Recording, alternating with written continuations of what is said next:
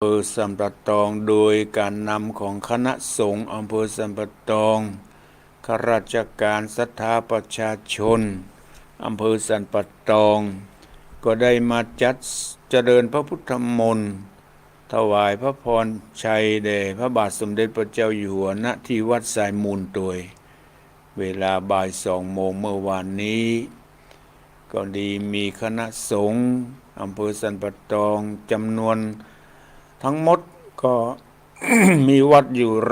115 วัดก็ได้มาร่วมบางส่วนที่มาร่วมเจริญพุทธมนต์โดยการนำของท่านเจ้าคณะอำเภอสันปะตองโดยการนำของท่านเจ้าคุณพระมงคลวชิรานันท์เจ้าคุณใหม่วัดน้ำบ่อหลวงรองเจ้าคณะอำเภอพระสงฆ์องค์เจ้าทุกตนทุกองค์พร้อมกับนั้นทางฝ่ายภายนอกก็มีนายกองค์การบริหารส่วนตำบลนายอารงกรทองทับช้างรองนายกพร้อมด้วยศรัทธาประชาชนพร้อมด้วยปลัดอำเภอสันปะตองได้มาร่วมพิธีดังกล่าวเมื่อวานนี้ณที่วัดสายมูลก็เป็นที่เรียบร้อยไปซึ่งเป็นวันเฉลิมพระชนมพรรษาของพระบาทสมเด็จพระเจ้าอยู่หัวทุกที่ทุกแห่งทั่วราชอาณาจักรก็มีการประกอบพิธีดังกล่าวตั้งแต่เจ้ามีการทำบุญตักบาตรมีการวางพุ่มเพื่อถวายสักการะมีการเจริญพระพุทธมนต์ถวายพระพรชัยแด่พระบาทสมเด็จพระเจ้าอยู่หัวก็เป็นอันเสร็จสิ้นไปด้วยดีและเสร็จก็เป็นเสร็จพิธีก็ประมาณ4 โมง 5 โมงมีการประชุมคณะสงฆ์ต่อวันนี้อาตมาได้นำเอารายการมรดกธรรมกำเมืองมาแทนเสียงธรรมแสงอรุณของท่านพระครูอภิวัฒนวิกรมที่ท่านติดศาสนกิจดังกล่าวอาตมาได้เทศนาอยู่ที่วัดสายมูลตำบลแม่กาอำเภอสันปะตองจังหวัดเชียงใหม่ส่งสัญญาณไปที่แม่ข่ายวัดปักตังเจริญแล้วก็ส่งไปตามกระแสอินเทอร์เน็ตมีหลายๆสถานีได้เกาะเกี่ยวเอาสัญญาณนี้ไปออกอากาศคือกระปออกสถาญาติโยมทั้งหลายได้รับฟังอยู่ที่บ้านที่จองนอนฟังนั่งฟังยืนฟังทำการทำงานไปตัวฟังไปตัวได้อย่างตามอัธยาศัยของพอออกศรัทธาญาติโยมทั้งหลายแต่ต้องฟังด้วยความเคารพด้วยความตั้งใจนอกจากนั้นก็ฟังตัวดูตัวทางเฟซทางโทรศัพท์เมื่อต้องการฟังในดูในโทรศัพท์ก็กดชื่อลงไปกดชื่อว่าพระครูสังวรศิราภิรักษ์แค่นี้มันก็ขึ้นมาแล้วบอกศรัทธาญาติโยมทั้งหลายสมัยปัจจุบันนี้มันอยู่ที่นิ้วการสัมผัสกันบางครั้งบางการสื่อกันด้วยนิ้วมือนิ้วมือของเราเนี่ยจะทำให้เสียหายจะทำให้ดีงามก็อยู่ที่นิ้วมือเช่นเดียวกันเหมือนกับทำงานแทนปากพวกศรัทธาญาติโยมทั้งหลายปัจจุบันนี้นิ้วมือของเรานี่นะทำงานแทนกำอู้กำปากของเราก็อยู่ที่มีสติหรือไม่มีสติก่อนที่จะกดอะไรอย่างลงไปตั้งสติดีๆเมื่อกดลงไปขาดสติแล้วก็ทำให้เกิดผลเสียก็ได้เกิดผลดีก็ได้อยู่ที่การใช้มีสติวันนี้อาตมาได้นำเอามรดกธรรมกำเมืองมาแทนเสียงธรรมแสงอรุณดังที่กล่าว วันนี้จะได้นำเอาพระธรรมเทศนาเรื่องอริยทรัพย์เคยเทศมาแล้วเนาะปอกสตาญาติโยมทั้งหลายก็เป็นการทบทวนความจำการอานิสงส์ของการฟังธรรมเพื่อก็ถึงบอกว่าได้ฟังสิ่งที่ยังบ่เคยฟังสองได้ฟังมาแล้วหลายเตื้อหลายหนแต่บ่เข้าใจชัดจะได้เข้าใจชัดยิ่งขึ้นเนี่ยเป็นการตอกย้ำเมื่อเกิดความเข้าใจเกิดความสว่างไสวเกิดสติปัญญาแจ่มแจ้งจะได้หายสงสัยว่าที่เราฟังมาแล้วครั้งสองครั้งนั้นนะอาจจะไม่ได้ชัดเจนจะได้ตอกย้ำเมื่อเกิดความชัดเจนจะได้เข้าใจชัดแน่ขึ้นอย่างนี้เป็นต้นอันนี้ก็ถือว่าเรามาฟังแห่งครั้งหนึ่งในอริยทรัพย์7ประการก็ขอขอบคุณอนุโมทนาต่อปอกศรัทธาญาติโยมทุกท่านที่เปิดเครื่องรับฟังและที่จะขอขอบคุณนั้นก็คือขอบคุณของแม่บุญรัตน์สมจะที่ได้ปูจากันเทศมาไว้ก็ขอขอบคุณอนุโมทนาเพื่ออุทิศส่วนบุญส่วนกุศลไปให้แก่พ่อนานอินทรสมจะที่ได้ล่วงลับดับขันไปขอบุญกุศลเหล่านี้จงไปหลอดไปถึงยังดวงวิญญาณของพ่อนานอินทรสมจะจงได้นำเอาดวงวิญญาณของพ่อนานอินทรได้ไปสู่ภพภูมิที่เป็นสุขเบื้องหน้าสมดังความมุ่งมา่ปรารถนาของเจ้าภาพลำดับต่อไปจะได้เทศนาธรรมอริยทรัพย์7ประการในช่วง5 โมงถึง 6 โมงนี้แล้วไปต่อกัน6 โมงถึง 7 โมงทำเรื่องใหม่นะปอกศรัทธาญาติโยมทั้งหลายเอาฟังในธรรมที่ผ่านไปคือดอย7 จันทร์นั่นน่ะดอย7 จันทร์นางเก้าห้านนางเก้าห้านจบลงไปแล้วมาต่อกันเรื่องใหม่ในช่วงเวลา6 โมงถึง 7 โมงในรายการมรดกธรรมกำเมืองตามปกตินั้นดังนั้นในช่วงแรกนี้ชั่วโมงแรกนี้เราจะฟังกันติดต่อกัน2 ชั่วโมงหลวงพ่อศรัทธาญาติโยมทั้งหลายชั่วโมงแรกนี้ฟังอริยทรัพย์7ประการแล้วไปฟังช่วงที่2ได้ทำเรื่องใหม่ต่อไปนะโมตัสสะภะคะวะโตอะระหะโตสัมมาสัมพุทธัสสะ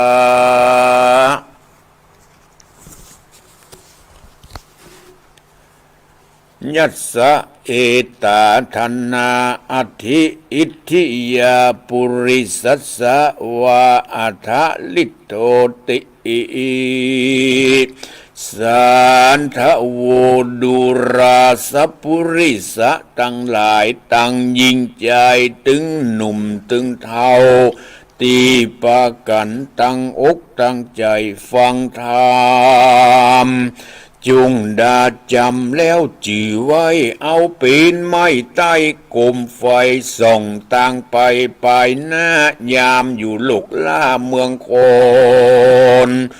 บ่ทารนร้อนไม่บ่อยากไร้มองขี่อยู่สำราญดีเตียงเต้าทุกคำเจ้าคืนวันยามดับขันตายกระพากตายเสียจากเมืองคนจักได้เอาตัวเอาตูนไปเกิดในที่พาเสดเกษมใจจะเล่นนาเยจันนาอันว่าคนฝูงใดมักไข่ปุ้นจากต่างไรมองผ่าน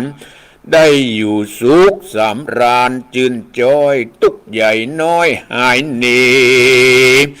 ยามดับอินทรีย์มวยม้างได้หนีแห่งอบายได้ผ่านผายไปเกิดในที่ผาเสดเมืองโคน หรือเกิดเมืองบนจันฟ้าโขงแหล่งลาสงสวรรค์หรือเร็วปันไปรอดเวียงแก้วยอดเนรปานสุขสำราญเตียงเต้าบ่หูโศกเศร้าเคืองกาตีจะนาอันว่าคนตั้งหลายฝูงนั้นจุงแสวงหาไว้กับตัวกับตน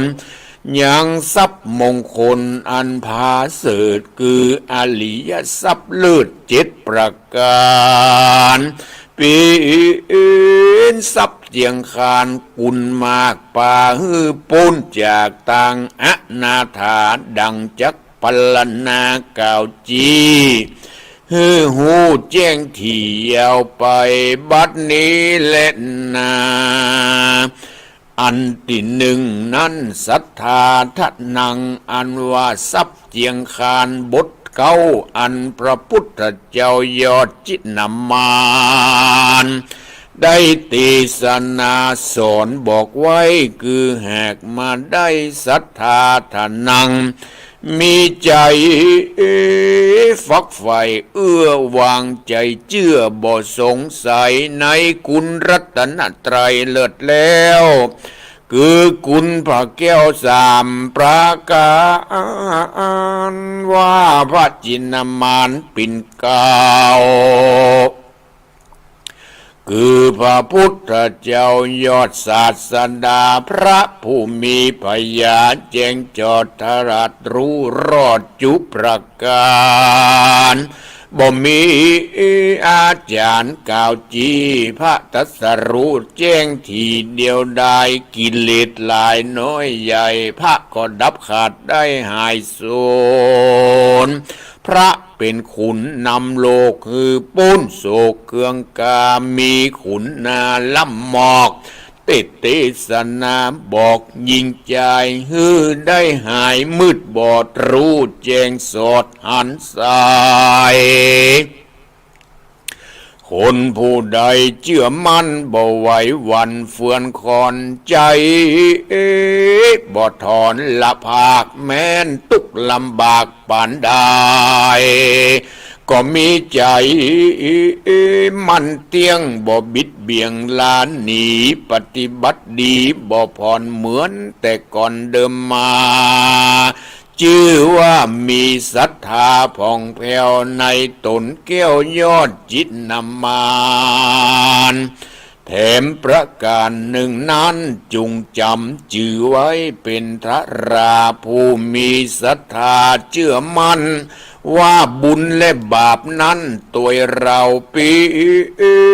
นเหมือนดังเงาบ่พรากหนีละจากตัวตน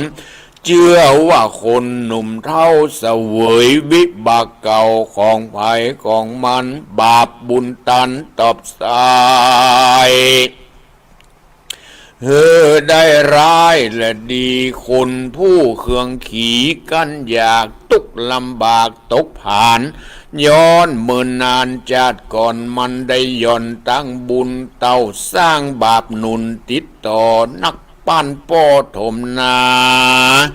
มันเกิดมาจาดนี้จริงตุกลำตี้เหลือใจส่วนคนผู้ใดมั่งเต้าบ่หูมนเศร้ามองขีสำราญดีบ่ผ่อนย้อนบุญจัดก่อนตัวตันคนอนันต์หลายมวลมากกรรมย่อมลากป่าไปบ่มีภัยจักอาจตัดกรรมมือขาดเสียตนคนสร้างอากุศลถอยไหลย่อมเอาไม้เครื่องขี่คนที่สร้างกรรมดีต่างๆบุญก็บ่ห่างนิกายย่อมปีนปัจจัยส่งอยู่ให้ได้อยู่สุขเจยบานสุขสำราญจื่นจ้อยบ่ตกต่ำต้อยอนาถาผู้มีศรัทธามั่นเตียงบ่บิดเบียงเฟื่อนวาย นักปราชญ์ไขกล่าวจีว่าแม่นมีที่ศรัทธาทานังจาเลนาลางคนนั้นนามีศรัทธาบ่มั่นหูไหววันถอยโหนยามทารนร้อนไหมหรือตุกน้อยใหญ่มีมาบ่พิจารณาสันทีคือแม่นตี้ตามธรรมบอกกึดถึงกรรมถอยไล่อันตนสร้างไว้เดิมอ่อนลวดมีศรัทธาคอนตกถอยมีหน้าม้อยจางใจลวดหนีไปไกลแบบเบาหนีจากพระพุทธเจ้ายอดมุนีไปกราบไปไหวอย่างต้นไม้ดอยผาไหวยังยักษ์ขาพาเพศบอกว่าเปรตผู้วิเศษตรงกุลอาจจะกำหนุนได้ปูนร้อนไม้เขื่องกาล้างคนนั้นหนามืดบอดบ่หูรอดอุบายฟังคนตั้งหลายต้านกล่าวได้หูข่าวขี้ยาว่ามีผู้ตรงเตเจ้าวิเศษยบแจงปิดตรงญาณแม้นอยู่สถานแห่งห้องอยู่ประเทศต้องเด่นใดก็มีใจลิงลู่เล่นไปสู่เร็วปันอภิวันขับไวยกขึ้นไว้เป็นครูหนีจากพระสัพปัญญูยอดซอยไปเป่าหิ่งห้อยแตนไฟคนมีศรัทธาไหวดังนี้ตั้นกล่าวจี้ว่าบทใจศรัทธาแต่บทใจผาดเสดบทใจอาลิยทรัพย์อันเลิศศรัทธาทะนังจาเลนาศีละทานังอันว่าอริยทรัพย์อันผาเสดมีกุลล้ำเลิศนำนาบูถัดไปคือหากมาได้ดวงศีลอันมีเจียงจินใจจ้าบอกว่าศีลห้าประการหรือศีลเจียงคานตั้ง8ศีล18คุณลายศีล227หมายสุดยอดผู้บ่ละตอดยังศีลได้อาจินตำจ้าบ่ฮือศีลมนเศร้ามัวดำย่อมมีอานิสงส์นำมากวางบ่อาจอ้างสังขยายามเฮามารณากระพากตายละจากเมืองคนย่อมเอาตัวหลีกวินลบจากเส้นอบายได้ผ่านภายไปเกิดในที่ประเสริฐเมืองสวงสวรรค์เหตุนั้นพระจอมธรรมปิ่นเก่าคือพระพุทธเจ้ายอดสัพพัญญูตูเป็นครูนำหมู่ปาสัตเข้าสู่เนรปานจริงว่าศีลเจียงคานบทสาวเป็นทรัพย์แห่งอริยญาเจ้าเล่นนะหิริทานังอริยทรัพย์ทัดไปนั้นคือหากมันได้หิริความแลนาหิรินั้นเป็นกรรมเก่าบาลีอธิบายจีบอกหาก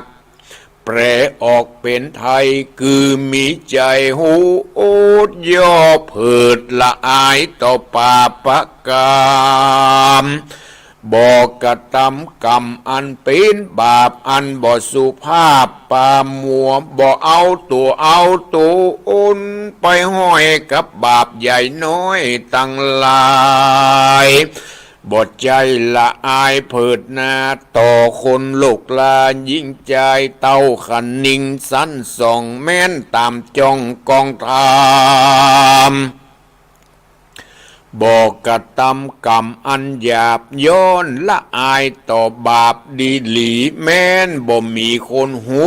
บ่มีไผผู้จักหานใจก็บ่พันจ้องหอยเปื่อจักเยียกกรรมจ้าถอยใด ตันจิงไขกล่าวแกว่าเป็นหิลิเตตามกองธรรมจาเลนาโอตปะทานังอริยทรัพย์อริยทรัพย์พัดไปนั้นคือหากมาได้โอตปะธรรมคือการกูโอต่อกรรมฮึกหยาบนั้นจักเป็นบาปติดตามตนกัวต่ออกุศลวิบากอันจักลากปาไปบดใจกลัวคนไก่และไก่จักหูควายเล็งหานจักหูควายนี่เยี่ยวเขามันตันกาวหรือเล่าเศร้านินตาบดใจกลัวต่ออาทยาตดใหญ่อันจักมาตุกใส่ถึงตัวผู้มีใจกลัวต่อบาปแล้วเว้นจากกรรมก้าหยาบจุอันพระไข่ปันเป็นเกณฑ์ว่าอันนี้แม่นอุตตปะและธรรมจาและนาเหมือนดังลางคนนั้นเล่ายามอยู่เป่าเดียวดายคนยิงใจน้อยใหญ่บ่อยู่ใกล้กองตามีใจปาลาหยาบจ้าเยะกรรมบาปก้าได้จุประการยามลูกหลานอยู่ไกลหรือคนน้อยใหญ่เล็งหานก็แกล้งตัดบันกรรมหยาบบอกกระทำบาปเป็นโหนเหตุกัวคนใหญ่น้อยจะกล่าวถ้อยติสินนินตาโกอาจยาเต้าไทยจะตกใส่ในตัวบ่ผู้มีความกลัวดังอีบ่แม่นที่อดตปะธรรมจาและนา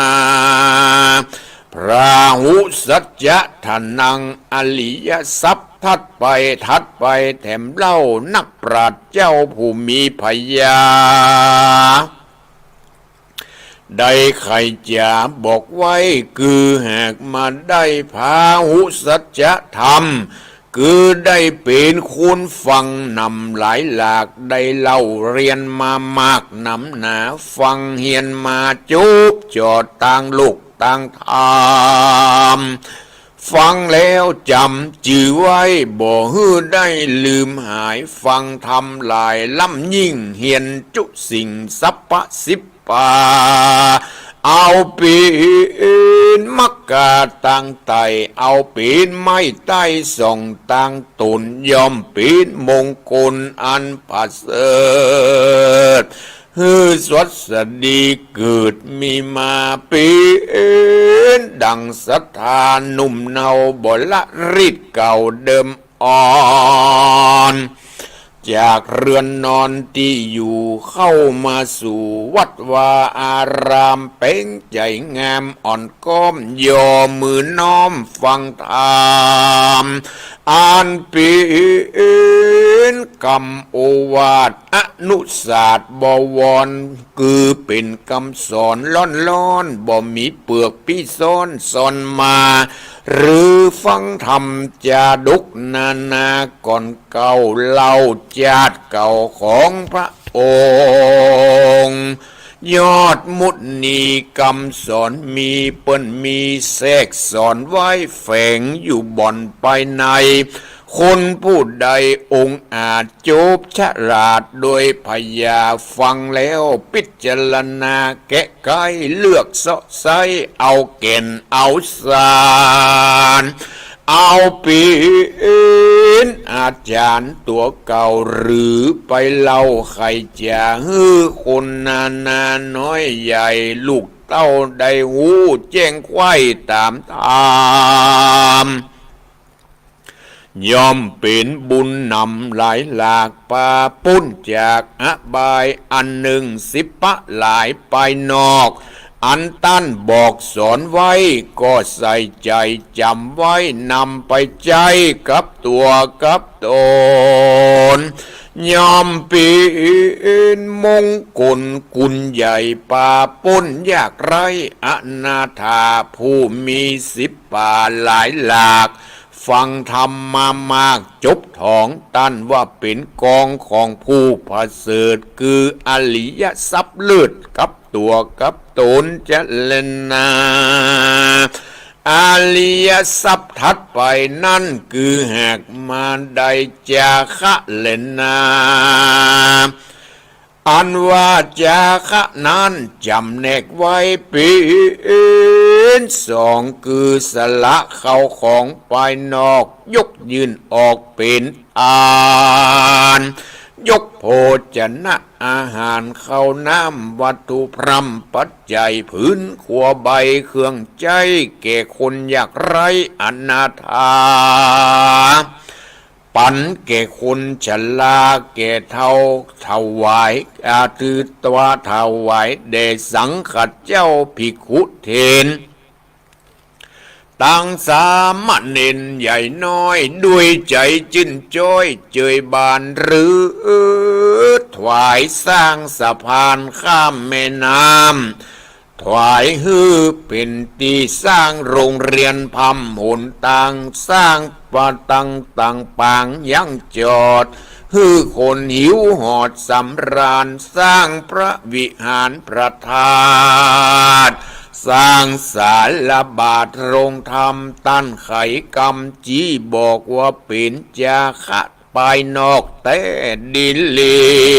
อานิสงส์มีบ่น้อยจักติดจ่องห้อยเราไปส่วนจาคะภายในนั่นเล่านักปราชญ์เจ้าไข่ปันว่าคนสามัญลูกไตบอกว่าน้อยใหญ่ยิ่งใจ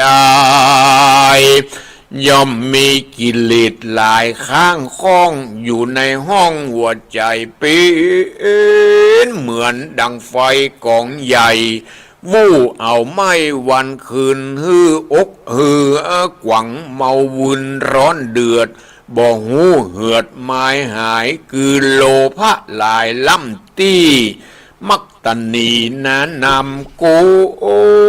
ถ้านำคิวโคดบ่กึดถึงโตดไปโลนโตสะหนุนหาวหาดป่องพยาบาทตือเวนบ่กึดตุกขินเมื่อซอยอันจักจ่องห้อยปาวายโมหะลายมืดบอดแจงรอดตามธรรมตัวตามกรรมตันอู้แล้วรีบหลังลู่ตัวไปกับกันคนใดนั้นโสดเล็งหันโตดป่าปะกรรมก้อยวางตำสวะปล่อยยังกิเลสตัวถอยในโอนยอมเป็นกุศลมากกว่างตันกล่าวอ้างว่าจะขะไปในจาเลนาอริยทรัพย์ถัดไปนั้นคือหากมาได้ปัญญาคือมีพยาปัญญาองค์อาจจบฉลาดสัพพะสิบปาหูวิจาลุกได้หูแจ้งควายกองธรรมหูตังดำมืดเศร้าอันจักป่าเข้าสู่อบายหูตังคงควายเลี้ยงตองหูต่างขึ้นห้องโขงสวรรค์หูต่างผายผ่านไปรอดเวียงเกี่ยวยอดเนลปานหูชนะนานหูมีความจำนานดังนี้ตั้นพระกล่าวจี้ว่าเป็นคนมีปัญญาทะนังจาเลนาส่วนเขาของเงินคำภายนอกอันดีอันติโออันดิดออกเหลือหลายอันที่งอกเหลือหลายหรือคงควายที่หามาได้นำมาไว้นำนากะนานาลานโกดยอมมีโตดมาปานคือโจรใจหานกะหยาบมาคำราบจริงไปหรือเกิดไฟวู่ไหม้หมดเสียงไข้กับตายามรณากราบรากเขาของหากเสียจุมลูกหลานรุมยื้อแย่งลู่จริงแบ่งเอาไปพ พองผิดใจในใดน้อยลวดเกิดถ้อยเกิดคดีความเกิดลุกลามเกี่ยวข้องถึงแห่งห้องขึ้นโรงขึ้นศาลหาคนจะนานมาแก่ยืนปันแก่ทนายปางสุดปางซอยนั่นใส่ทนายก็ได้แต่ดีหลีเจ้าของตายเป็นผีกว่าจอยเข้าของบ่น้อยตัวไปลวดอะไรเป็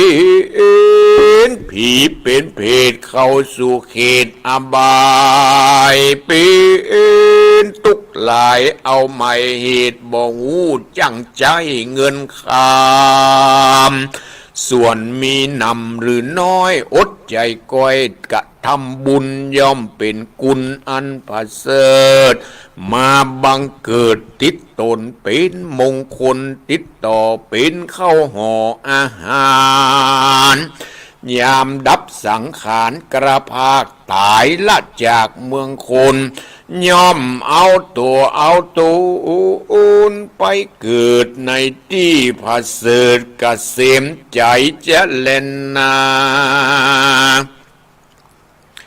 ส่วนอันว่าคนใดนั้นเล่ามีอริยทรัพย์เจ้า7 ประการแม้นเป็นคนผ่านกันอยาก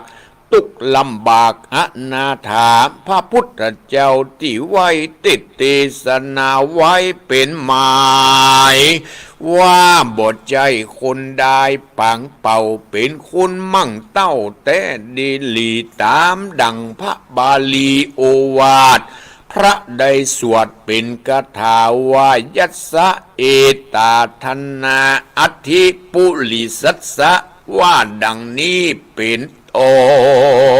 นอันว่าอริยทรัพย์7 ประการนี้เล่ามีกุลมากเต้าเหลือหลายว่าบอกว่ายิ่งใจน้อยใหญ่ได้หอมยับไว้กับตัวกับตนพัตตสัพปนยอดซอยว่าบทใจคนจ้าถอยแต่ดีหลีเป็นคนมีมั่งเต้าชีวิตบ่เป่าเสียศูนย์จะเล่นนาตัดสมาเหตุนั้นเล่ากวนหนุ่มเท่ายิงใจจุงปากานรีบคงควายเสาะไซแห่มาไว้กับตัวกับตนยังอริยทรัพย์มงคลอันผาเสริฐอริยทรัพย์เลิศเจียงคานตั้งประการนั่นโสดบ่มีโตดมาหนุนมีแต่กุลมักล้ำฮือลงล้ำเครื่องขี่ฮือสวัสดีจ้อยโจดบ่มีตุกโตดมาปานมาเบียดมาเบียนจักได้สู่อกสะเทียนเตียงเต้าตุกคำเจ้าคืนวานยามดับขันกระพากตายละจากเมืองคนย่อมเอาตัวไปเกิดในที่ผาเสริฐเจยบานจาเล็ดนานิติตังขียาอันเก่ายังอริยทรัพย์7 ประการก็มีโดยประการดังกล่าวมานี้ก็บังคมสมเร็จสดีพระธรรมเทศนาเรื่องอริยทรัพย์7 ประการก็ได้จบลงไปพ่อออกศรัทธาญาติโยมทั้งหลายที่อาตมาได้เทศนาไปในทำนองแบบพื้นเมืองเหนือก็เพราะจะสรุปใจความให้พอออกศรัทธาญาติโยมทั้งหลายได้ฟังได้เข้าใจแห่งครั้งหนึ่งพอสังเขปโดยย่อว่าอริยทรัพย์คำว่าอริยะแปลว่าประเสริฐอริยบุคคลก็บุคคลประเสริฐอริยบุคคลประเสริฐ4 อย่างพระโสดาบันพระสกทาคามีพระอนาคามีและพระอรหันต์อย่างนี้เป็นต้นส่วนทรัพย์อันประเสริฐเป็นห้องว่าอริยทรัพย์อริยทรัพย์ อันประเสริฐเป็นทรัพย์ภายในทรัพย์ภายนอกก็คือได้แก่เข้าของเงินทองแก้วแหวนเงินทองที่ให้ที่สวนทุกสิ่งทุกอย่างที่มองที่พอด้วยตาเสื้อผ้าอาภรณ์เครื่องประดับต่างๆนานาทุกสิ่งทุกอย่างเป็นเปิ้นฮ้องว่าเปิ้นฮ้องว่าทรัพย์ภายนอกกินจ่ายกันถึงมื้อถึงวันเนี่ยเปิ้นฮ้องว่าทรัพย์ภายนอกแต่จะนำไปถึงพบหน้าชาติหน้าบ่ได้ใจเฉพาะกินใจกันบางพ่องแก่งแย่งชิงดีกันมีเท่าใดบ่พอเหมือนกับจะหอบไปถึงพบหน้าชาติหน้าเขาไปบ่ได้แม้แต่แดงเดียวก็บ่สามารถที่จะได้สิ่งที่จะนำไปได้ในพบหน้าชาติต่อไปนั่นก็คืออริยทรัพย์คือทรัพย์มันประเสริฐติดไปในต่อไปนั่นก็คืออริยทรัพย์7ประการอริยทรัพย์7ประการนั่นก็คือได้แก่1ศรัทธาศรัทธาแปลว่าความเชื่อศรัทธามีอยู่2ประเภทเพิ่นฮ้องว่าญาณศรัทธาญาณสัมปยุตและศรัทธาญาณวิปยุตศรัทธานะสัมปยุตหมายถึงเป็นผู้มีศรัทธาประกอบไปด้วยปัญญาจะเชื่ออย่างต้องพิจารณาคือท่องแท้คือแม่นที่มันแม่นแล้วก็เปิ้นฮ้องว่าศรัทธาความเชื่อในพระพุทธเจ้าเชื่อว่ากรรมมีจริงเชื่อว่าวิบากผลของกรรมมีจริงผู้ใดทำกรรมดีย่อมได้รับผลดีคนใดทำกรรมบดีก็ย่อมได้รับกรรมบดีอันนี้เป็นห้องว่าเชื่อวิบากหมายผลของการกระทำวิบากจะไปคิดว่าเป็นกรรมที่บดีนะคำว่าวิบากเนี่ยเป็นห้องว่าผลของการกระทำถ้าทำดีผลของการทำดีก็คือได้ดีนั่นเป็นของว่าวิบากกรรมดีวิบากกรรมบดีก็คือผลในทางที่บดีที่เฮาทำในทางที่เป็นอกุศลย่อมได้รับผลตอบแทนในทางที่บดีเชื่อกรรมเชื่อวิบากเชื่อว่าสัตว์ทุกตัวทุกตนบอกว่ามนุษย์และสัตว์เดรัจฉานเกิดมาเพราะมีกรรมเชื่ออย่างนี้เชื่อว่าทุกคนมีกรรมสัตว์ทุกตัวทุกตนมีกรรมเปิ้นก็มีเฮาก็มีบางคนมีกรรมน้อยก็ได้รับทุกข์น้อยหน่อยคนใดกรรมนักก็เกิดมาได้รับความทุกข์กรรมนักน้อยก็มันอยู่ที่กรรมของภัยของมันต้องเชื่ออย่างนี้เมื่อเฮาเชื่ออย่างนี้แล้วเฮาก็จะรีบทำในการกรรมในทางที่ดีเพื่อจะได้ผลวิบากในทางที่ดีเชื่อว่าพระพุทธเจ้าได้ตรัสรู้พระพุทธเจ้ามีจริงพระพุทธเจ้าได้ตรัสรู้จริงนี่เชื่ออย่างนี้เชื่อว่าทำดีได้ดีเชื่อว่าทำชั่วได้ชั่ว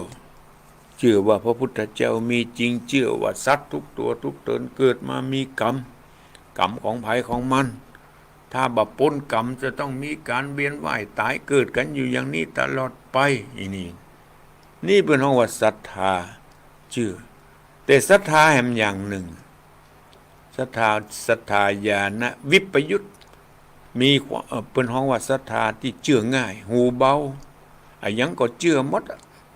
โดยไม่ได้ไตร่ตรองพิจารณาถึงเหตุถึงผลสมมุติว่าเชื่อว่า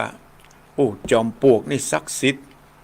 ไปกราบไปไหว้ไปจุดเทียนจุดธูปไปกราบไปไหว้ต้นมะพร้าวต้นอย่างเงี้ยนี่เป็นห้องว่ามีความเชื่อเหมือนกันดังนั้นพวกศรัทธาญาติโยมทั้งหลายเอาฐานะเป็นพุทธศาสนิกชนจงมีใจเข้มแข็งเชื่อมั่นในพระรัตนตรัยในพระพุทธพระธรรมพระสงฆ์ เชื่อว่าพระพุทธเจ้ามีจริงเคารพในพระรัตนตรัยเชื่อว่ากรรมมีจริงทำดีย่อมได้ดีทำชั่วย่อมได้ชั่วผลวิบากที่เกิดขึ้นย่อมไปตามกรรมที่ทำอย่างนี้เป็นต้นเชื่อมั่นอย่าหวั่นไหวอย่าคลอนแคลนจงเชื่อมั่นในพระรัตนตรัยอย่าไปหลงไหลในกรรมกรรมจาของคนที่เปิ้นมามาจาก็ฟังอยู่ฟังแล้วมาพินิจพิจารณาต้องใช้ปัญญาถึงจะเป็นศรัทธาในพระพุทธศาสนาเมื่อเรามีศรัทธาเลื่อมใสในพระรัตนตรัยย่อมเกิดเป็นบุญเป็นกุศลเป็นอริยทรัพย์อันหนึ่งที่ทำให้เราได้รับผลตอบแทนจากการมีศรัทธาเชื่อมั่นในพระรัตนตรัยในพระพุทธในพระธรรมในพระสงฆ์กราบเคารพกราบไหว้บูชาในสิ่งเหล่านี้ในคำสอนของพระสัมมาสัมพุทธเจ้าอันนี้เป็นน้องว่าอริยทรัพย์ข้อแรกอริยทรัพย์ข้อที่สองจะต้องมีศีลเอาก็ฮู้กันแล้วเนาะศีลมีหลายประเภทศีล5ศีล8ศีล10ศีล227ศีล5ก็คือศีลของศรัทธาประชาชนพุทธศาสนิกชนทั่วไปศีล8ก็หมายถึงผู้ที่มีความประสงค์อยากจะเพิ่มบุญญาบารมีของตนเองไปจำวัดนอนวัดหรือจะถืออยู่ที่บ้านก็สุดแล้วแต่ถือศีล8เพิ่มขึ้นมาแหมศีลสามเณรก็มี10ศีลของตุเจ้าก็มี227นี่ศีลผู้ใดรับผู้ใดปฏิบัติก็ย่อมจะรักษากายและวาจาอย่างศีล5เนี่ยข้อที่1ข้อที่2ข้อที่3ข้อที่5รักษากายข้อที่4รักษาวาจาผู้ใดมีศีล5กายวาจาเรียบร้อยดีงามเป็นคนสงบสงเงียม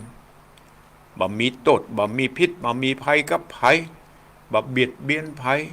บ่ไปลักของภัยบ่ล่วงละเมิดสามีภรรยาคนอื่นบ่ติฉินนินทาว่าร้ายภัยบ่จุบ่หลอกบ่ลวงภัยบ่เอาสิ่งที่ห้อนห้ายเข้ามาในบ่สูบบ่เสพในสิ่งเสพติดต่างๆบ่เอามาทำลายร่างกายฮือสมไปเสียไปนี่เปิ้นฮ้องว่าเป็นคนมีศีลศีลแปลว่าการรักษากายวาจาศีลแปลว่าปกติคนเฮาบ่เบียดเบียนไผบ่ฆ่าไผบ่ทรมานไผบ่ลักของไผบ่ไปล่วงละเมิดของไผบ่ไปติฉินนินทาว่าร้ายคนอื่นเขาจะดีจะร้ายก็สุดแล้วแต่เขาเฮาอยู่ของเฮาส่องกระจกพอเฮาเรียบร้อยแล้วก็เฮาสะอาดเรียบร้อยแล้วก็ทางกายวาจาใจเฮาสะอาดเรียบร้อยแล้วก็ส่องพอตัวเก่ามองด้วยด้วยปัญญาพิจารณาตัวเองให้ดีที่สุดบ่ต้องไปพอคนอื่นไม่ต้องไปพอคนอื่นสิ่งใดๆที่เฮาจะกินลงไปนั่นน่ะที่มันจะทำให้เสียสุขภาพสิ่งใดที่จะทำให้ร่างกายของเฮาเสื่อมโทรมเสียที่จะทำให้เกิดเป็นเบาหวานกะไขมันกะอย่างเนี้ยเฮาก็ควรงดเว้นนี่พอศรัทธาญาติโยมทั้งหลายเพื่อสุขภาพของตัวเองพอศรัทธาญาติโยมการรักษากายและวาจานี่เปิ้นฮ้องว่าเป็นคนมีศีลเรียบร้อยดีงามประการที่3หิริคือความละอายจะทำให้อย่างลงไปเกิดความละอายต่อใจบักกล้าต่อหน้าและรับหลังบัดใจอายต่อไอ้แก้วไอ้คำแล้วบักกล้าทำความชั่วมันใจนะอายละอายเกิดความละอายในใจบักกล้าหิริความละอายในที่นี้หมายถึงละอายต่อจิตใจของตนเองที่บักกล้าทำความชั่วโอตตัปปะความเก่งกลัวต่อบาปกรรมที่จะมาถึงตัว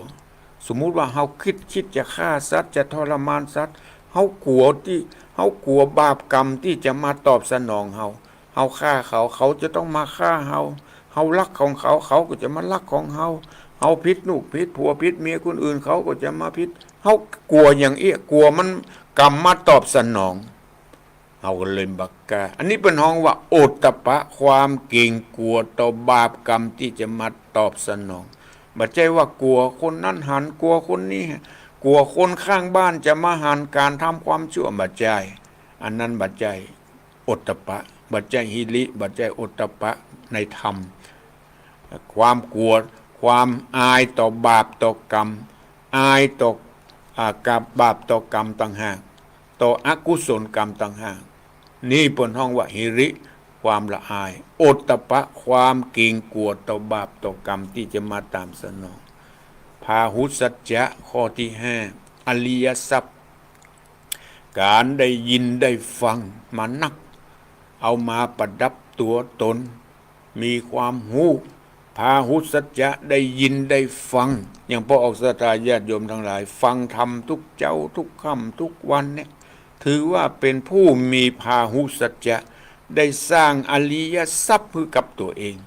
เป็นคนได้ยินได้ฟังคำสั่งคำสอนของพระสัมมาสัมพุทธเจ้าจะเป็นธรรมจาดกจะเป็นธรรมสอนจะเป็นธรรมปาฐกถาจะเป็นธรรมพื้นเมืองที่มีคำสอนแทรกซ้อนอยู่ล้วนแล้วแต่เป็นคำสอนของพระสัมมาการฟังอย่างนี้ถือว่ามีได้สร้างอริยทรัพย์เกิดขึ้นกับตนกับตัวพาหุสัจจะได้ยินได้ฟังมาประการที่6จาคะการเสียสละทั้งกำลังกายกำลังทรัพย์กำลังสติปัญญาอริยทรัพย์เหล่านี้การเป็นการฮื้อตานการฮื้อแก่พระสงฆ์องค์เจ้าฮื้อแก่คนอนาถาภิกลภิการถ้าฮื้อแก่ผู้ประสบภัยต่างๆนี่เป็นห้องว่าฮื้ออมิสตานฮื้อธรรมตานหมายถึงไปบอกไปกล่าวบอกลูกบอกหลานบอกคนที่บ่ฮู้ได้ฮู้บอกที่บ่คนบ่เข้าใจได้เข้าใจในเนื้อหาสาระธรรมะคำสอนของพระสัมมาสัมพุทธเจ้าเอาฮู้มาเล็กๆน้อยๆก็เอาไปต่อไปเติมเอาไปเสริมฮื้อแก่คนอื่นนี่ก็ถือว่าเป็นการฮื้อตานธรรมะฮื้อตานธรรมะเป็นจาคะเป็นทรัพย์อันประเสริฐในข้อที่6ประการที่7พระออกศรัทธาญาติโยมทั้งหลายปัญญาความรอบรู้เราต้องมีความรู้ทั้งทางโลกและทางธรรมทางโลกเขาก็จะได้หู้เพื่อจะได้ประกอบสัมมาอาชีวะสัมมาอาชีพที่จะได้ไปประกอบเลี้ยงตัวเลี้ยงตนเลี้ยงลูกเลี้ยงหลานสืบลูกสืบหลานต่อไปเป็นความหู้ในทางโลกความหู้ทางธรรมนี่ก็ยิ่งจะต้องหาความหู้มาประกอบกับตัวกับตนการหู้อริยทรัพย์นี่ก็ถือว่าเป็นผู้มีปัญญาความรอบรู้ต้องหาความหู้เข้าใส่ตัวเองทั้งทางโลกและทางธรรมเพื่อตันต่อโลกต่อทางอย่างนี้ถือว่าเป็นผู้มีอริยทรัพย์ปอกศรัทธาญาติโยมทั้งหลายทรัพย์สินเงินทองเข้าของเปิ้นห้องว่าทรัพย์ภายนอกนั้นเฮาหามาบางคนนี่โอ้มีเท่าใดบ่พอมี1อยากได้2มี2อยากได้3มี3มี4มี100 ล้านพันล้านก็ยังบ่พอเด้อบางคนก็เหลือกินเหลือใจแต่ทรัพย์เหล่านั้นส่งไปถึงสุสานปัจจา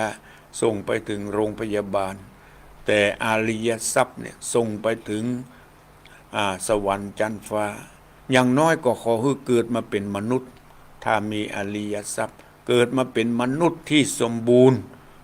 มนุษย์ที่สมบูรณ์ต้องมี1มีทรัพย์สินเงินทอง2มีอายุมั่นขวัญยืนมีสุขภาพแข็งแรง3มีสติปัญญาดีด้วยอาศัยที่เฮาท่านทั้งหลายได้ประกอบคุณงามความดีเช่นอริยทรัพย์อันประเสริฐอย่างน้อยต้องมีพระออกศรัทธาญาติโยมทั้งหลายมีศรัทธาความเชื่อในพระรัตนตรัยเชื่อว่าทำดีต้องได้ดีทำชั่วย่อมได้ชั่ว มีศีลรักษากายวาจาให้เรียบร้อยดีงาม3ให้มีหิริความละอายต่อบาป4โอตตัปปะความเกรงกลัวต่อกรรมที่จะมาตามสนอง5พาหุสัจจะได้ยินได้ฟังความรู้เป็นคนได้ยินได้ฟังนัก6จาคะเป็นคนเสียสละทรัพย์สิ่งของเงินทองทั้งทรัพย์และทั้งสติปัญญาประการสุดท้ายต้องมีปัญญาความรอบรู้ทั้งทางโลกและทางธรรมประกอบกันไปนี่เป็นอริยทรัพย์ผู้ที่ได้มีแล้วนึกถึงว่านึกตัวภัยตัวมันว่าเฮามีข้อใดพ้องเฮาบกพร่องข้อใดพ้องคือรีบทำในขณะที่เฮากำลังมีสุขภาพแข็งแรงที่พอที่จะทำได้คือรีบทำสร้างอริยทรัพย์เพื่อจะได้เป็นสมบัติติดตามเฮาไปในภพหน้าชาติหน้าต่อไปอาตมาก็ขอยุติไว้เพียงแค่นี้สำหรับอริยทรัพย์7ประการก็ฝากไว้กับพวกศรัทธาญาติโยมทั้งหลาย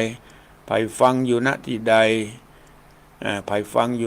ดพ้องแจ้งผลการรับฟัง0812812992นะบอกศรัทธาญาติโยมทั้งหลายหลังจากจบชั่วโมงแรกนี้เฮาไปต่อกันชั่วโมงที่2ตั้งแต่6 โมงถึง7 โมงแห่งครั้งหนึ่งเป็นธรรมเรื่องใหม่ก็ขอบอกศรัทธาญาติโยมได้ติดตามรับฟัง0812898992ฟังแล้วได้สาระได้ปัญญาได้แสงสว่าง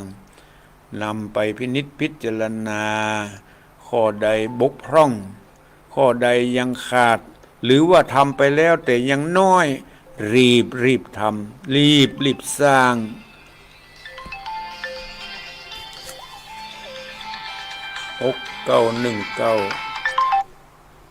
เจริญปอนเจ้ากับพระสาเจ้าท่านพระครูแม่สุเพียวศิลพรสิทธิ์เตี่ยมะนงละปุนเด้อฟังชัดเจนเนาะชัดเจนดีเจ้าฟังขึ้น98.7นะว่าโดยตองสากนะเจ้าฟังธรรมะตี4มาแล้วเด้อเจ้าเด้อขอบคุณเจ้ากับไม่จ่าเด้อท่านพระครูเจ้ารักษาเจริญปอน เจ้ากับพระเจ้าท่านพระครูแม่คำนวณเนาะเจ้าไปคำนวณจะซ่อมฟังอยู่เด้อชัดเจนนี่เลยเจ้าโอ้ลำปางชัดเจนเจริญปอนพระเจ้าท่านพระครูเจ้าโทรมาจากไหนจากเวียงป่าเป้าเจ้าเวียงป่าเป้าบ้านอย่างก็บ้านปงหนองเจ้าบ้านปงหนองแม่อย่างก็เนี่ยแม่นิดเจ้าโอ้แม่นิดเสียงเบาๆนะแม่นิดปงหนองแม่บ้านพ่อบุญธรรมนั่นแหละเจ้าฟังชัดเจนอยู่เนาะที่เวียงป่าเป้าเนาะชัดเจนดีเจ้าบุญรักษาอยู่ดีมีสุขเป็นกำลังใจนะเจ้าเจริญปอน